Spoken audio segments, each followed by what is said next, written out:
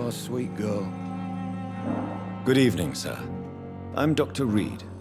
May I help you? I don't know if a third opinion is needed. Your colleagues are already arguing about my condition. I see. Would you mind telling me more about your situation? I'm Harvey Fiddick. All I want is to get me bloody arm fixed properly.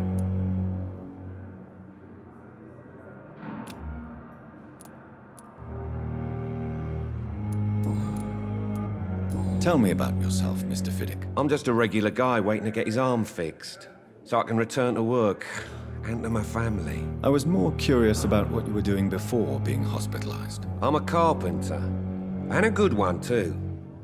But that means I need both arms to feed my family, Dr. Reed. Tell me about the doctors who are arguing about your case. Strickland and Ackroyd. They both want the best for me, but there's a lot of pride there. Doctors are no different from carpenters, it seems. What do you mean? I often had professional arguments with rivals on a building site. Difference is I disagreed about wooden nails, not flesh and bones. Are you satisfied with your treatment here? Well, it's clear that I've chosen a bad time to be injured. Forgive my bluntness, but you seem overwhelmed by cases of the flu. I won't lie to you about it. I'm afraid we are. Are you sure you don't want to operate yourself, Dr. Reed? I have the feeling you're very capable. And your colleagues seem to think so too. In other circumstances, you would be right. But for now, I don't think I can take on the responsibility. My apologies.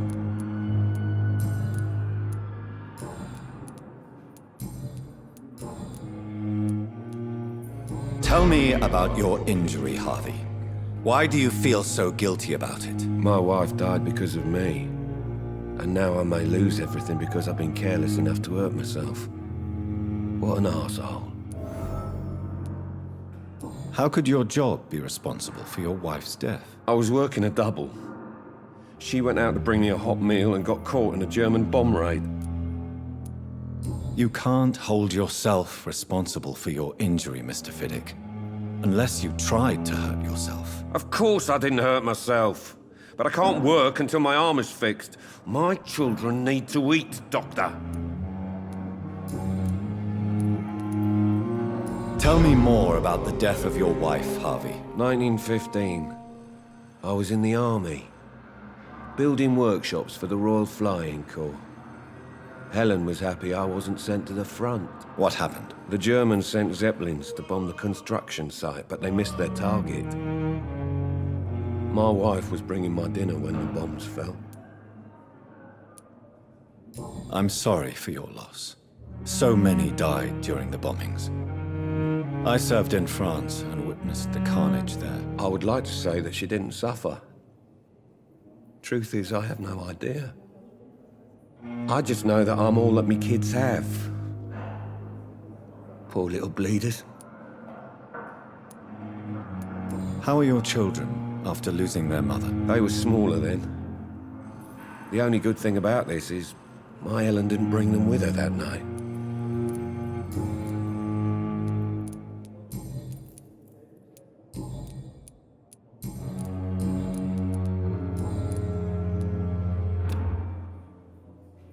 Is there anything else that's bothering you? Can I help in any way? Really? Why has no one else asked me that since I got here? I thought I was in a hospital. Unfortunately, you are not the only person who needs help. And complaining about it won't do you any good. Well, perhaps you're right, Dr. Reed. I'm sure if me missus was still alive, she wouldn't be happy with me going on like this.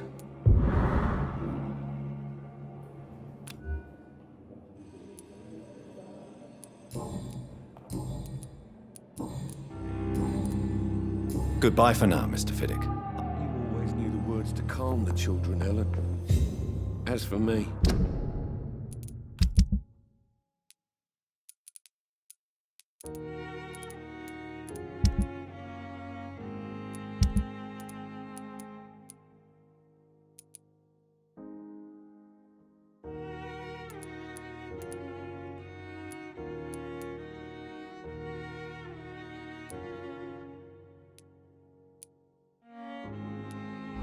What a blundering idiot.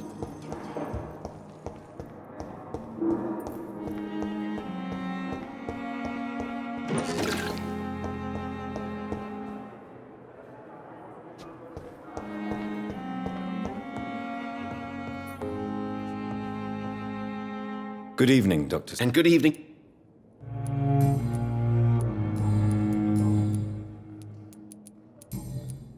Goodbye.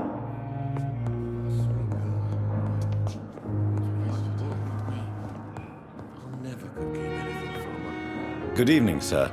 I'm Dr. Reed. I believe we're going to be colleagues. Reed? Yes, I've been informed about your arrival. I'm Waverly Ackroyd. Welcome aboard, I suppose. Does my arrival inconvenience you in some way, Dr. Ackroyd? Let us just say that I don't particularly share Dr. Swansea's enthusiasm for hiring you. What we need here are reliable professionals, not overrated dabblers. If you have a problem with me, Dr. Ackroyd, please feel free to tell me. Dr. Swansea has imposed your presence on this hospital without asking anyone's advice. The benefit of his position. But I don't agree with it. I know we've never met before, but I believe this hospital could use all the help it can get. You will agree with that, I'm sure. Oh, but I have heard about you, Dr. Reed. Of course, you can't say the same about me, since I have not wasted my time courting the press.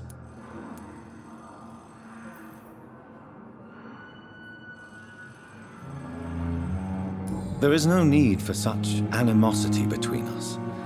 Don't you think the epidemic is already enough to deal with? That is one point we could agree on.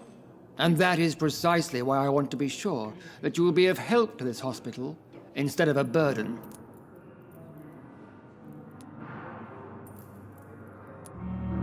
Since your tenure in this hospital is longer than mine, perhaps you can tell me more about this place. Let's just say I'm tired of the carelessness around me. I have always respected the skills of Dr. Swansea, but over time his enthusiasm has become displaced. Carelessness? Exactly what are you talking about? We're here to save lives. The people who trust us are not volunteering for experimentation. They're here to be healed. I don't intend to run any radical experiments, Doctor. Even if I, as any good practitioner should, express an interest in pushing the boundaries of medical research. Modern medical methods were created through audacity and ego. But there are rules in our line of work, and they're here to protect our patients. Tell me, Waverly, what do you think of Dr. Strickland's enthusiasm for his experimental research? Strickland is playing with his patients' lives for pride and glory. Now that, sir, is unethical. Are you thinking about something in particular? Harvey Fiddick needs delicate surgery. I believe we should stick to the usual procedure, but my young colleague obviously disagrees.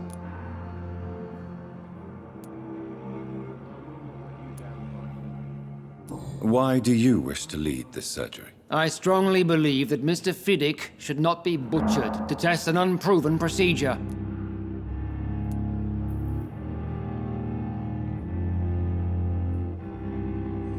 I really hope you're right about this, Dr. Ackroyd. I'm trusting your judgment on this. I'm not the kind of man who runs away from his responsibilities, Dr. Reed. There is no need for you to be looking over my shoulder. And are you not afraid that your rivalry with Strickland may be blinding you? Rivalry? I guess you could call it that. But I will never be childish enough to let my personal feelings affect my judgment.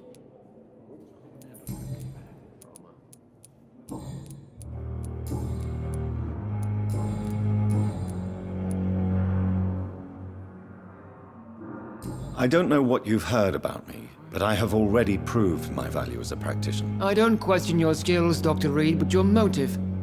Is it money, fame, or are you truly dedicated? And what exactly is that supposed to mean? I served in the war just like you.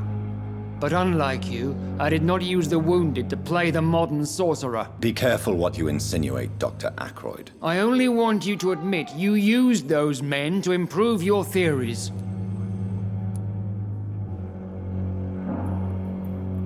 This is ridiculous. My blood transfusion technique saved many lives, and you know it. You see? That is exactly what I hate about people like you. You avoid this kind of accusation instead of facing reality. It seems you have bad memories of your military service. I refuse to see this industrial slaughter as scientific progress. War only reveals the worst in men. We can at least agree on something, Dr. Ackroyd.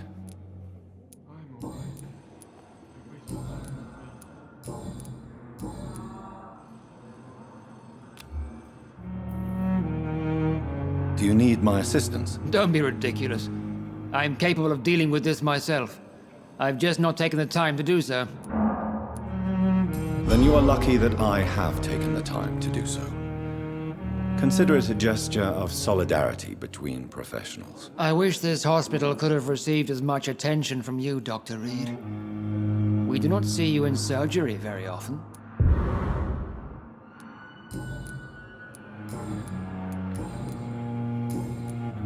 Thank you for your time. We'll talk later.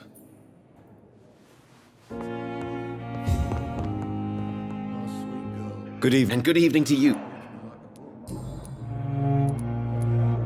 What do you think of Dr. Ackroyd's aversion to modern medical methods? It's a shame he's so narrow-minded. Dr. Swansea taught me that science is about exploring uncharted territory.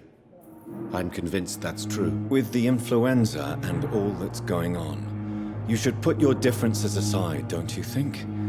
Why is it so difficult to work together? I believe that if Dr. Ackroyd had been the one to discover the transfusion process, he would be the first to recommend its use. So you believe it's just a question of jealousy and pride? Dr. Ackroyd is as proud as he is blinded by his obsolete concept of medical science.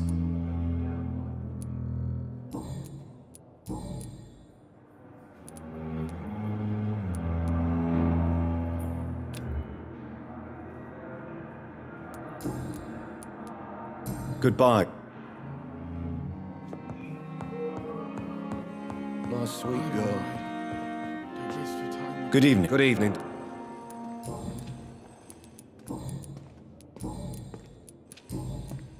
Goodbye for... My sweet girl. Reads me like a book. I never could keep anything from her.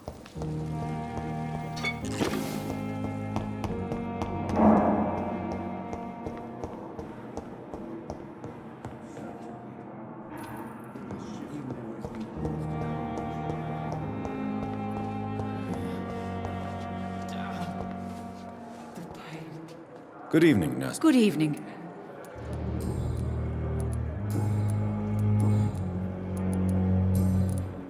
What can you tell me about the recent events in the hospital? That Mr. Hampton killed Miss Jones in her room, then ran away. And did you see all this? No. I was working by the tents when it all happened. I only entered the room when they asked me to clean up the blood. Where is Miss Jones's body? I don't know. I'd imagine the morgue. It all happened so quickly. Did you see Sean Hampton leave the hospital? I think I saw a silhouette exiting the hospital gates after the shouting started. At first I thought it was someone who was just scared, but... well, maybe it was him. Goodbye.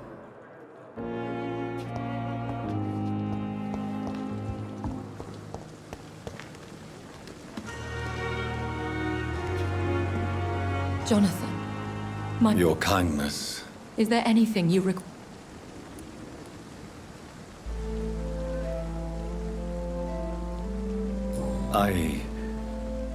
I spied my mother at the funeral. Have you ever revealed yourself to a member of your family? No, Jonathan. and I'd advise you even from thinking about it.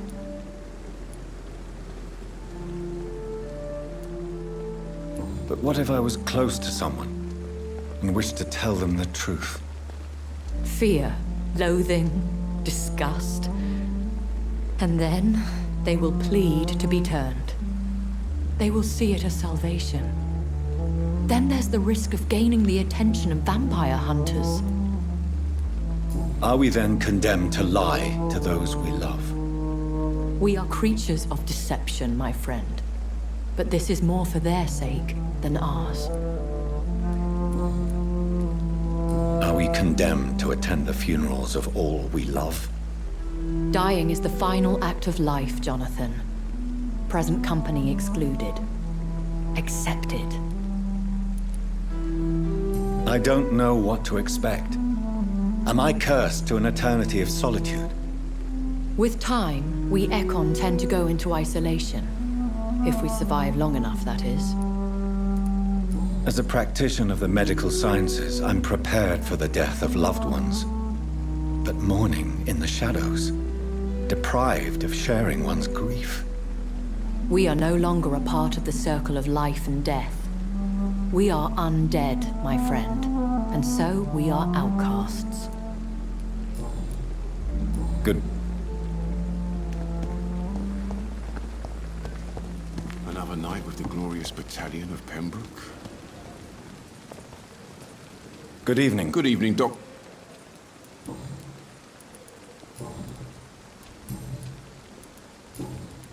Goodbye.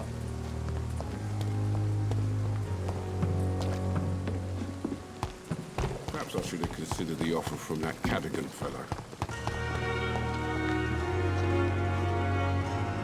Good evening, Doctor. Dr. Reed.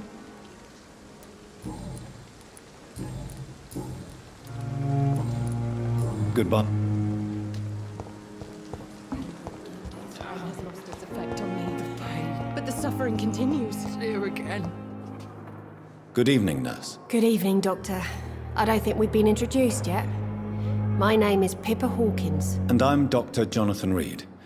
Dr. Swansea has recently offered me a position in this hospital. Well, it's a euphemism that your help will be appreciated, Doctor. How would you describe the situation at the Pembroke Hospital? It's serious. The flu is wreaking havoc amongst the staff and patients. We are running out of everything. You must get a hold of yourself, nurse. Sorry, I'm exhausted. No one has any idea when this epidemic will be over. Nurse Hawkins, the Spanish flu won't last forever. Even the Black Plague didn't kill everyone. I wish I could believe you. But what if this epidemic was worse? What if in the end, nobody was spared? How long have you been a nurse? Well, long enough to see that the epidemic is winning. And no matter how qualified you are, don't tell me you'll change that. You'd be surprised what dedication can achieve, Nurse Hawkins. In medicine, sometimes we're just a test result away from a miracle. Sorry, Doctor. I don't want to sound bitter, but I'm just too tired to give a pep talk like Nurse Brannigan. How is the Pembroke staff coping with the epidemic? Well, not well. Milton, the ambulance driver, is even more grumpy than usual, especially concerning doctors. Why is Milton grumpy on a daily basis? Is it just an act? Milton's not the kind of man who's bothered about a bad reputation, whether he deserved it or not. Why does Milton dislike doctors? I don't know. Just ask him. But be warned, Milton is not the chatty type. Pippa, I know you're very close to Milton Hooks. Yes, Milton Hooks is my man.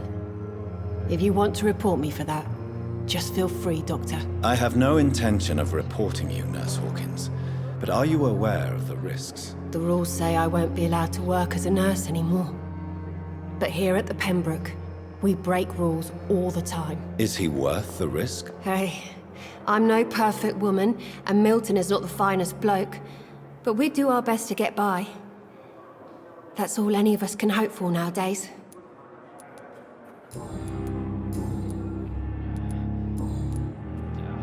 Goodbye. Tide has lost its effect on me. But the suffering continues.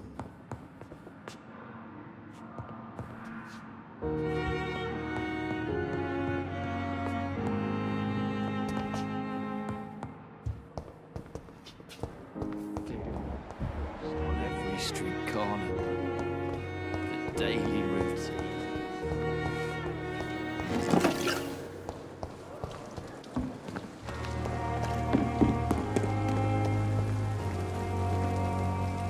Good evening, Doc.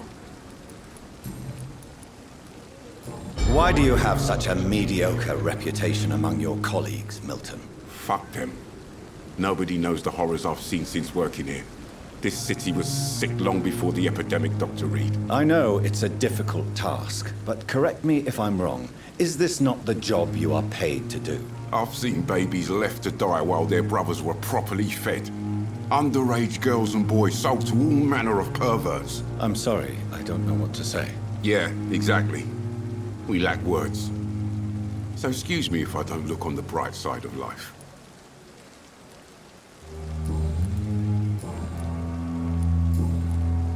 Goodbye.